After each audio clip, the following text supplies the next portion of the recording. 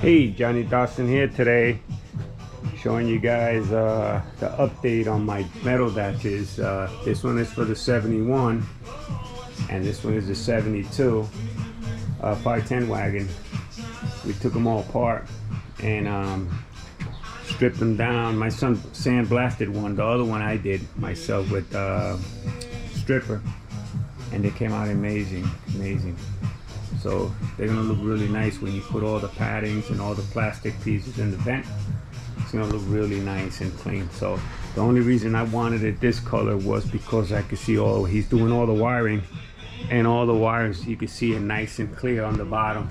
They're all gonna be strapped to these metal flexible holders here.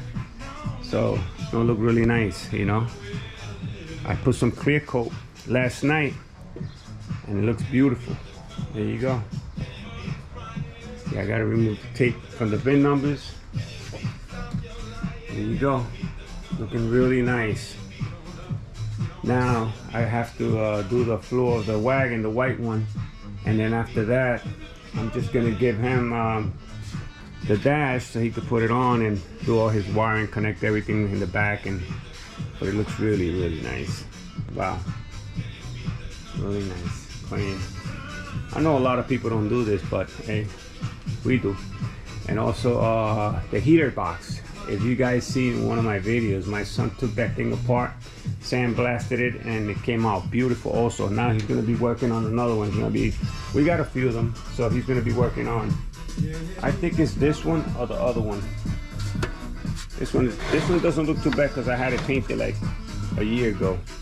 But he's working on them, so hopefully we could put this on by next week, and he could start doing the wirings and see if we could get that wagon out of the garage. All right, this is looking beautiful. Check me out in the next video and see how it's gonna look on the wagon.